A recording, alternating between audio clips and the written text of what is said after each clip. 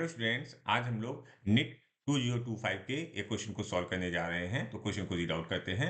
यहाँ लिखा हुआ है the current passing through the battery in the given circuit. अच्छा, ये गिवन सर्किट है और इसमें कितना करंट पास हो रहा होगा थ्रू द बैटरी, ये हमें पता करना है। ओके, तो अगर आप इस सर्किट को ध्यान से देखें तो आपको थोड़ा सा कॉम्प्लिकेशन यहाँ पर फील होगा।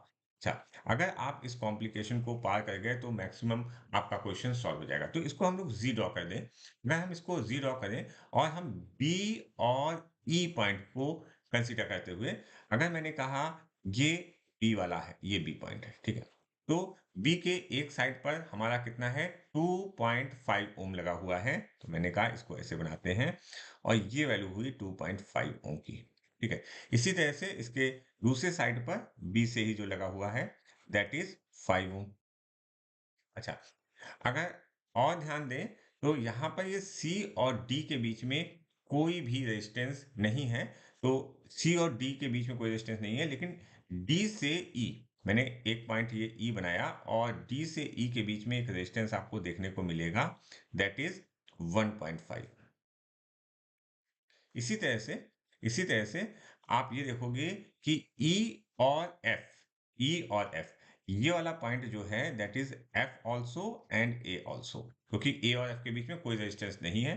तो इसको आप ऐसे कनेक्ट कर सकते हो और ये वैल्यू जो आ गई 3 ओम। अच्छा, यहाँ पर ये जो बी पॉइंट है, ठीक है, और ये ए पॉइंट है, तो ए और एफ तो हमने मार्क कर लिया है, सी और डी मार्क नहीं किया, तो सी और डी भी मार्क कर लेते हैं। ये सी हुआ, ये डी हुआ। अच्छा, डी और ए के बीच में एक रेजिस्टेंस लगा हुआ है जिसकी वैल्यू जो है कितनी है, 6 ओम है।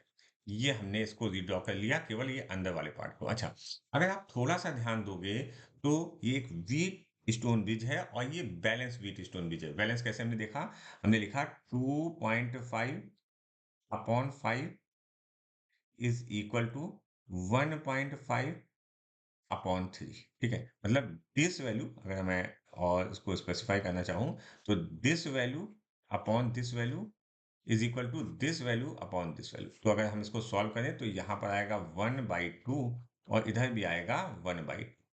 ओके, तो ये जो हमारा व्हीट स्टोन ब्रिज है, ये बैलेंस हुआ। अच्छा, व्हीट स्टोन ब्रिज बैलेंस हुआ तो मतलब हमारे पास जो ये 6 ओम का जो रेजिस्टेंस दिया हुआ है, इसकी कोई भी वैल्यू नहीं है, ठीक है। इसकी कोई वैल्यू नहीं, मतलब जितना करंट यहाँ से फ्लो हो रहा होगा वो पूरा इधर चला जाएगा और जितना इधर से फ्लो हो रहा होगा 5 से वो 3 में जाएगा। तो इसका मतलब हमारे ये जो दो रेजिस्टेंस है, ठीक है, ये जो दो रेजिस्टेंस है, ये कैसे हैं आपस में, ये सीरीज में हैं। और अगर सीरीज में होते हैं तो सिंपली ऐड कर लेंगे, तो 2.5 एंड 1.5, मतलब ये वैल्यू आ गई 4 ओम, ठीक है। इसी तरह से ये जो दो हैं, ये भी आपस में कैसे हो गए, सीरीज में हो गए और इसकी वैल्यू आ गई 8 ओम, ठीक है। अच्छा, अब हम आर इक्विवेलेंट फाइंड आउट करने की कोशिश करते हैं। अगर हम आर इक्विवेलेंट लिखते हैं इस केस में और हम कहाँ से चलना शुरू करते हैं, इस पॉइंट से इधर की तरफ चलना शुरू करते हैं, तो सबसे पहले हमारे पास 1/3 ओम का एक रेजिस्टेंस आता है जिसकी वैल्यू हम लिख सकते हैं बिल्कुल डायरेक्टली 0.33। ओके, इसके बाद हमारे पास ये वाला सर्किट आता है जो हमने अलग से ड्रॉ किया है। और अगर हम देखें तो इसमें हमें पता चलता है कि 4 और 8 ओम आपस में कैसे हैं, 4 और 8 ओम आपस में पैरेलल हैं और इनका जो इक्विवेलेंट आएगा वो इसके साथ सीरीज में हो जाएगा। तो आप लिखेंगे plus 4 multiplied by 8 upon 4 plus 8 is 12। Okay, plus 1.5, okay, plus 5.5। Clear हो गई बात। अच्छा, अब देखिए, अगर हम इसको कैलकुलेट करें तो 4 3 जा 12 आएगा और जब हम इसको और कैलकुलेट करेंगे तो हमारी वैल्यू जो आएगी दैट इज 9.99, जिससे हम अप्रोक्सीमेट 10 ओम बोल सकते हैं, ठीक है।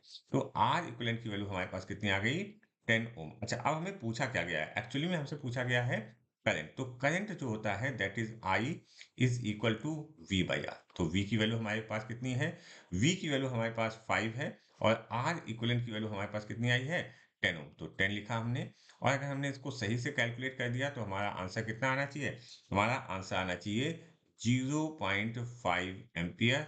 और हमारा ऑप्शन कौन सा सही है, option 3 is correct for this question.